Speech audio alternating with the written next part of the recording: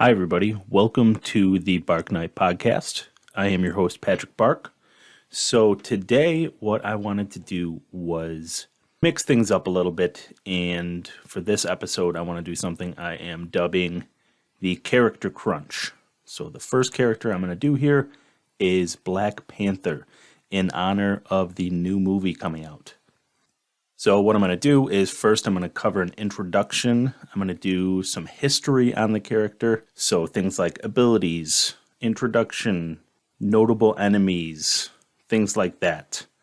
And then I'm going to touch on the Black Panther 2018 movie and go over some statistics and milestones that were covered by that movie.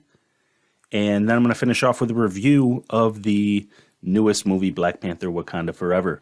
So what I'm going to do there is I'm going to start off with a non-spoiler review, and then I'll move to a spoiler review where I'll touch on actual plot points that were covered. Okay, so first off, I wanted to touch on the history of the character. So Black Panther, he's a superhero in Marvel Comics. The character who plays him in the comics, the real name of him is T'Challa. He is the son of T'Chaka. He is the king and protector of Wakanda. And Wakanda is a fictional nation in Africa. So it's a very advanced civilization, and it is also the civilization that's covered in the movies. So the whole idea there is that this has been a secret civilization that has kept itself separated from the rest of the world in order to basically keep all of their advanced technology like vibranium secret. Vibranium is a super indestructible alloy that they have there that they don't want the rest of the world to get. And them having this advanced indestructible material has made their civilization kind of advance at faster speeds than a lot of other civilizations. So this character is also known as the first superhero of African descent in mainstream American comics. So this was before a lot of the other black superheroes like Blade, like Luke Cage, and he is located directly within Africa. So that kind of sets him apart from others as well. So the first appearance of him is in Fantastic Four, number 52, in July of 1966. He was developed by Stan Lee and Jack Kirby. The issue was released only 2 years following the signing of the Civil Rights Act of 1964. So a very big deal at the time, a game changer for comics, a game changer for them, a game changer for the culture, for black culture in America, and now even worldwide, the more popular the character has become. So, very big deal. Some of the abilities that he has are the power to draw upon the knowledge, strength, and experience of every previous Black Panther. So that's not something they've really touched on in the movies, but they have kind of like this soul realm type thing where when the Black Panther takes the heart-shaped herb, he goes into this realm where he's able to communicate with his ancestors. So I think that's kind of as close as they've gotten to that so far. Also, he has superhuman strength, endurance, speed, agility, reflexes, stamina, and senses. So that's all to say that this is a very powerful character. He also has expert hand-to-hand combat, and he's a martial artist. Yeah, very good at combat. He also has a genius-level intellect, so very smart, develops all this technology along with the others with him. He's not just like a James Bond type character where he's a blunt instrument. That is to kind of reference the Daniel Craig of the James Bonds. But so he's not just a blunt instrument. He's a very smart individual who participates in the process as well. He's also a highly proficient tactician, a strategist, and an inventor. And his suit is made out of vibranium, and his equipment is as well. So that means that him and a lot of what he uses is nearly indestructible. So the next thing I wanted to cover were his notable enemies and rivals. So first off, I wanted to touch on the popular one right now, which is Killmonger. He was in the first movie. He's portrayed by Michael B. Jordan in Black Panther 2018. And this character is really the one that most mainstream audiences know right now because of the movie. In the movie, he's portrayed as T'Challa's cousin. He's basically out for revenge. He wants to take out this family. He wants to rule the civilization, and he wants to get back at everybody who has wronged not just him, but the Africans that were taken from Africa and made into slaves, all of the civil rights wrongs that have happened to black people leading up to this. He's military trained, he's an assassin, he's out for blood in this movie. A lot of people like this character because they see his the reason for him being the way he is. They get it. A lot of people out there think, he's not that wrong. And so that was one of the things that's covered in the first movie, is that over the course of it, T'Challa kind of starts to see that, like, Killmonger's not necessarily wrong in why he's doing everything, but he doesn't agree with how he's doing it. He doesn't think that you need to become a dictator that's hell-bent on war in order to get these things done. He thinks there's a very humanitarian way to get these things done. He's kind of the other side of the coin, I guess. They both agree that things are wrong, that things need to improve, but they don't agree on how to do it. So another one of his enemies is Venom. So this is Venomm. So not to be confused with the Spider-Man character, this is a scarred and deranged snake charmer. Another one is M'Baku. He's also known as the White Gorilla or Man-Ape.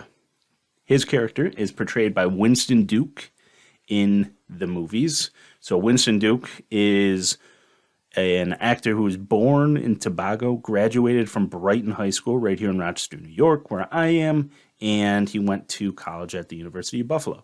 So love to hear it. Love to see people from your neighborhood, make it big. So I'm a big fan of him. He's also in the movie Us with Jordan Peele. He does very well in both movies. So in the comics, he's portrayed as much more of a villain than he is in the movies. In the movies, he's more of just a rival. So he rules one of the tribes within Wakanda, and he really wants to, I guess the thing is that he doesn't agree with a lot of the decisions that are made, and he thinks that his civilization has been kind of cast to the side, and he wants to vie to be king. So that's his portrayal in the movies. In the future of the movies, he may become more of a villain. I don't honestly see that happening. I think at this point he's too much of a fan favorite and is a little bit more of an ally in these movies. So that's kind of how I foresee this going. And, honestly, I don't mind that. It's never a bad thing for characters. I mean, not never, but sometimes it's good to mix up the character between the comics and the movies and do your own thing with it. So he seems, and Kevin Feige and the whole Marvel team seem to be doing their own thing with this character, and, love to see where it goes. Another character that's in the comics, not introduced in the movies yet, is T'Chana. She is T'Challa's sister, who's actually from another dimension where things are quite different, and she comes to this dimension and tries to take over, basically. I haven't read anything with her in it, don't know that much about her, but I do know that she's an enemy of note, basically. Another group that Black Panther fights with in the comics is the Ku Klux Klan, actually. So with this coming out in the 60s, right in the civil rights era, it is no surprise that the KKK makes an appearance there, and that this character of all characters, it only makes sense that would be something that happens. I don't foresee the Marvel Cinematic Universe touching on this, they seem to be more of like civilization versus civilization type thing. The thing with, the first one is the fight for the throne. The second one is more civilization versus civilization. But I did think it was worth bringing up that they are a notable enemy in the comics, and kind of like, the KKK, Nazis, all of that, they are more represented as Hydra within the Marvel Cinematic Universe. So I think it's completely possible that maybe you see Hydra become involved in the Black Panther in the future, and maybe they allude to some of the characters being in the KKK. I bet that's probably as close as we get, but we'll see. Never know. Another character that's in the comics is White Wolf. So this is the adoptive brother of T'Challa, who developed an intense jealousy for him. In the movies, this character is portrayed by Sebastian Stan. Not quite the same character. So Sebastian Stan is Bucky Barnes or the Winter Soldier, and White Wolf is more his nickname during his rehabilitation while he is staying in Wakanda following Captain America Civil War. So he starts off as an enemy in Civil War and then becomes a friend of T'Challa once T'Challa realizes that he's been brainwashed. So it's quite the departure from the character in the comics. Another notable enemy in the comics is Ulysses Claw. So he has been portrayed in the movies, in 2 movies so far. So we've got Avengers Age of Ultron, and we have Black Panther 2018. And he is portrayed by Andy Serkis. Andy Serkis absolutely annihilates this role. He is so good in it, and I would love to see more of him. I would watch this guy in anything. So he obviously rose to fame in the Lord of the Rings movies as Gollum, but following that, he was in the Planet of the Apes movies. He's played multiple characters in the Star Wars saga, and all around just really good at kind of representing different types of characters. A lot of his characters are CGI, so he's really good with motion capture. Seems to be one of his best things. He also directed Venom 2 with Tom Hardy, and a big reason he was brought on, I think, was because of everything he knows about the motion capture technology and his ability to take advantage of that, which was used a lot in that movie. So another character from the comics is Morlun. Don't know a lot about him. I know that he's an ancient vampire. So yeah, even in the comics, we're battling vampires. So honestly, wouldn't hate to see it. Maybe he gets introduced in a movie and we get to see Black Panther fighting right alongside Blade, since he's a notable vampire hunter in the comics. Wouldn't hate to see that. Don't know a lot about him though. Another one is Titu, a student of the Wakandan Academy with the powers of manipulation. Another one is Zenzi. I hope I'm pronouncing both of these names right. This character is an ally of Titu who had the power to unleash someone's emotions and sparked riots in an attempt to take over the city. I could very much see this being a plot point of a future film. We'll see what happens. Almost to the end here, we got 2 more. So we got Reverend Achebe, a farmer whose farm is destroyed, his wife is killed, and then he is left for dead and sells his soul to Mephisto in an effort to take revenge on those he feels are responsible for this.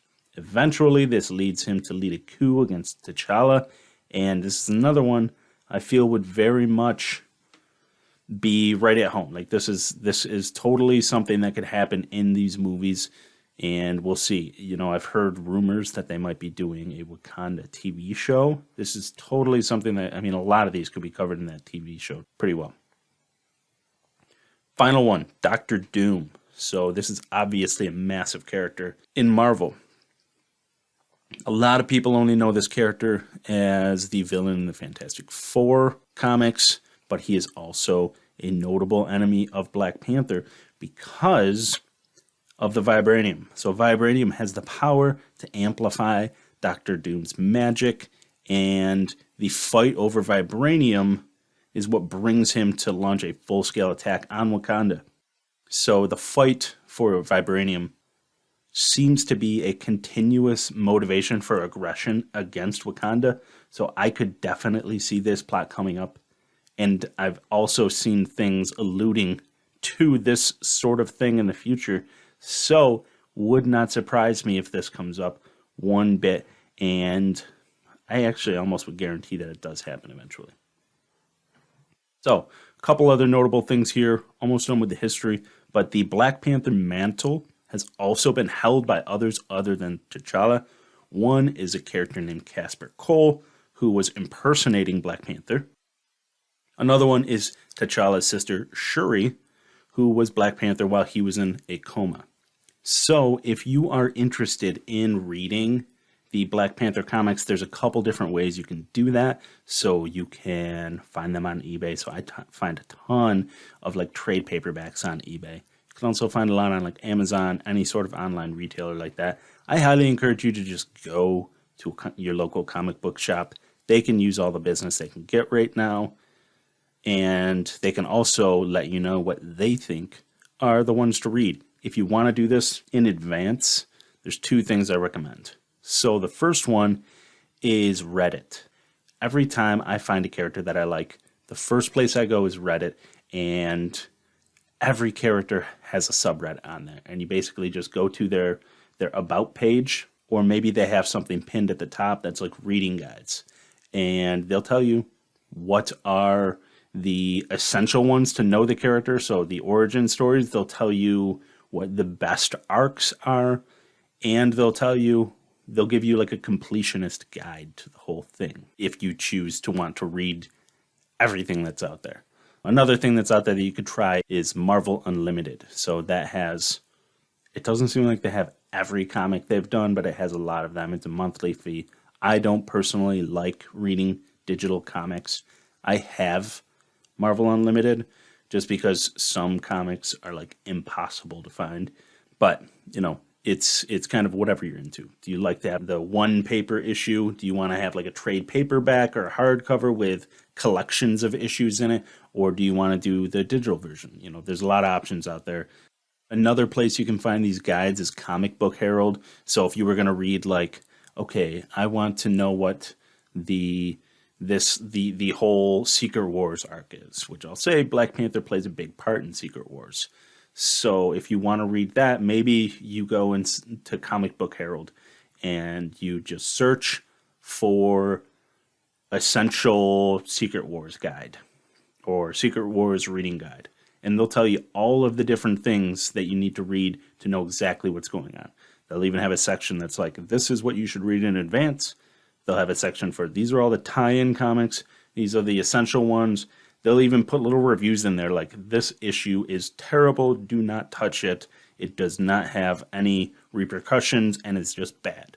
They'll put things like that in it to help you avoid those things. So next, I wanted to talk about the Black Panther 2018 movie real quick. So some of the milestones, so this movie was massive.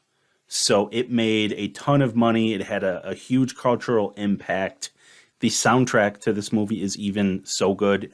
Basically, from what I've read, Marvel approached Kendrick Lamar and asked him if he wanted to make a song for the album. And Kendrick Lamar turned around and he said, I'll tell you what, if you'll let me, I will make an entire album dedicated to this. That's how much he loved the character.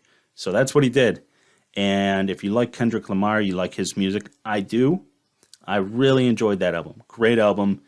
And definitely worth checking out if you're into hip hop.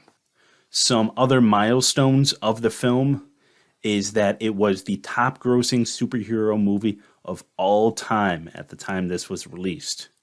It was also the 5th best opening of all time, the highest grossing release of 2018, the best pre-summer release, the best February release, the best President's Day weekend release, the best holiday weekend, and the best non-sequel opening of all time, according to Fandango. It was also the 3rd highest domestic gross of any movie of all time at the time it was released. Now it is the 6th highest, and that's thanks to Avengers Endgame, Spider-Man No Way Home, and Top Gun Maverick, which absolutely decimated the box office. So, my final part of the segment here is my Black Panther Wakanda Forever review. So, I'm going to do a quick non spoiler review, and then I will do the spoiler review. So, non spoilers. I love this movie. You can see on the shelf behind me, there is the tin popcorn holder that I got from this movie. This thing is awesome. It lights up and everything. So, this movie is by and large a send off of Chadwick Boseman. If you don't know, the actor who played Chadwick Boseman, who's been in a ton of good movies and is like an award winning actor, he passed away tragically due to cancer. And they were put in the position of, okay, what do we do now? The script we had developed, everything we had planned, it's all useless now. Like we don't have anything. And they're also in the middle of a pandemic. So I will say they did the best they probably could have, like anybody could have done, given those circumstances of the face of the franchise passing away and you shooting in the middle of a pandemic. So given those hurdles to jump over and them trying to follow up one of the most successful films of all time, it was a tall order. I think this movie's great. So I cried probably 4 times during this thing, and I'm not talking like I was like ugly crying in the middle of the theater, but like I teared up pretty hard at multiple points during this thing. It is so emotional, and all of the actors, you can tell, are just fighting back all their emotions through this whole film. So everybody that's in it is firing on all cylinders.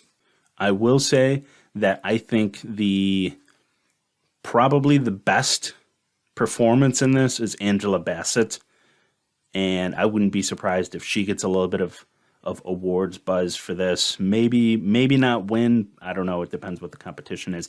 But I would say her name will definitely be up there, and I think she just killed it in this thing. So she's somebody who did really well. Winston Duke, I think, is getting more and more comfortable in his role. The actress that played Shuri, Letitia Wright, she does very well in this. So everybody does very well. Ryan Coogler, the director, does very well. The music in it is all very good as well. Rihanna has a new song that's in it. Everything is good. I highly recommend. If you liked the first movie, I think you'll still like this movie. And I think you should go out and see it in the theater, because it really is an experience. It is a spectacle. It's something that's worth seeing at the theater. So check it out. All right, spoiler review. So 3, 2, 1. Okay, so first off, everybody going into this movie is probably wondering, who is Black Panther now? It is Letitia Wright. I think she did a very good job in this. I think the writing leading through from over the course of the movie, so the movie's 2 hours and 44 minutes long, so leading the audience down that path, I think they did very well. I think, so the movie's called Black Panther, Wakanda Forever. I think it's more about the journey to her becoming Black Panther than it is about her being Black Panther. I think that'll be probably the plot of the next one. So you don't see Black Panther until probably 2 hours into this thing. And then the last like 35, 45 minutes is all her actually, the final battle and everything that happens. She does very well. Like I said, Angela Bassett does very well as well. She actually dies in this movie, and that is a very emotional scene. That's what kind of sets Letitia Wright's Shuri on her trajectory to Black Panther. The actor who played Namor is absolutely awesome in his role. I will say that I kind of wish we had gotten more on the culture of their civilization, but I understand why they didn't. You could spend a lot of time on that, and at 2 hours and 44 minutes, there's not many things I would say you should cut that out to fit this in. And they've said like, oh yeah, we could have made a 4-hour movie, and I'm sure. So I would imagine that's going to be something that they cover soon as well. I'm assuming he's probably going to get his own movie. He's a rich character in the comics. Namor is also a mutant, so he's a mutant in this as well. So we're at two mutants now. So we're moving things along in the mutant category. But he's not an especially liked character. A lot of people work with him, but kind of begrudgingly. He's not a team player. He's very much he's generally on the right side, but doing things in not the right way. He does it in a very ruthless manner. So I'd imagine that they're going to stick pretty close to that. It seems like they will. He's very ruthless in this. He is the one that kills Angela Bassett's character, who is the queen, and that's pretty ruthless, pretty bad dude. But he does it very well. The design of his character, the design of the outfits that everybody's wearing, the design of the actual civilization, all of it is done very well, and I very much appreciated that. By the end of the movie, Winston Duke's character, M'Baku, does become the new king. At least that's what they're alluding to. It seems like Shuri has decided not to continue to be queen and just be Black Panther. So that's what she chooses to do, and that's not completely out of the normal either. I mean, in the earlier movies, T'Chaka is the king, but T'Challa is Black Panther. So it's totally a thing that's possible. In the mid-credits cutscene, it's revealed that Black Panther had a child with Nakia, and this child's name is T'Challa. So that's probably going to be a point of conflict with M'Baku at some point here, and you kind of see the realization on Shuri's face at this moment of like, oh my god, what did I do? I just gave the kingdom to him, thinking that my family line is not going to be able to do this anymore. Little do I know. So that's probably going to be something that comes up. Possible that there's some conflict there. We'll see what happens. That was also a scene that I cried during. I think they lead you down that path very well, and I kind of thought that's what they were going to do. Not before the movie, but like early on in the movie, once they revealed that Nakia hasn't been around in about 6 years, and that she's been living off the grid, and she didn't show up to the funeral, and all these things, they place the breadcrumbs pretty nicely for the introduction of a child, and I think it all made sense. So that's what they did. I appreciate it. Before the movie, Kevin Feige had basically said that they were not going to recast Chadwick Boseman's T'Challa, and they didn't. They introduced a new T'Challa. That's his son.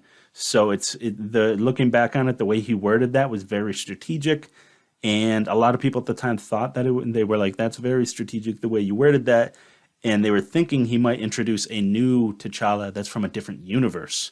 And it's funny that that's way more far-fetched than this. So this is it's very well thought out. It's very realistic. It's done well. So you see that there's legacy, the family line, all those things are continuing on, which is great. And so some of the other characters that are here, you got Okoye, you got Martin Freeman's Everett Ross, you've got Michaela Cole's Anika.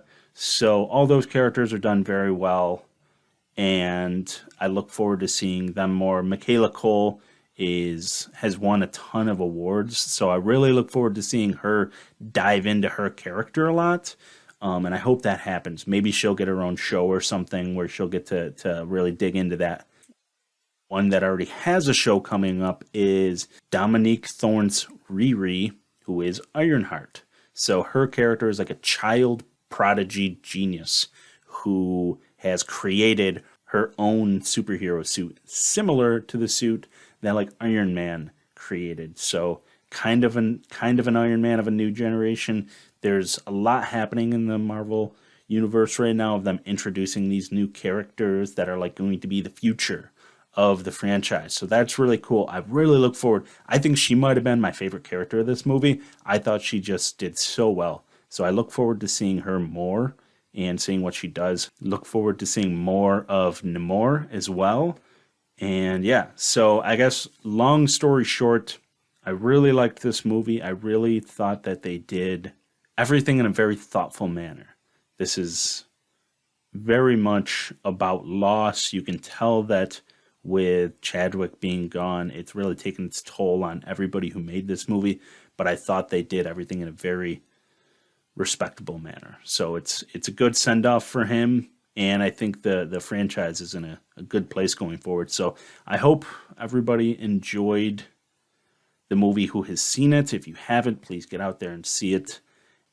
I guess to kind of wrap things up at the end here, I hope you enjoyed this character crunch, the first one. If you have any ideas of other characters you'd like me to do, let me know.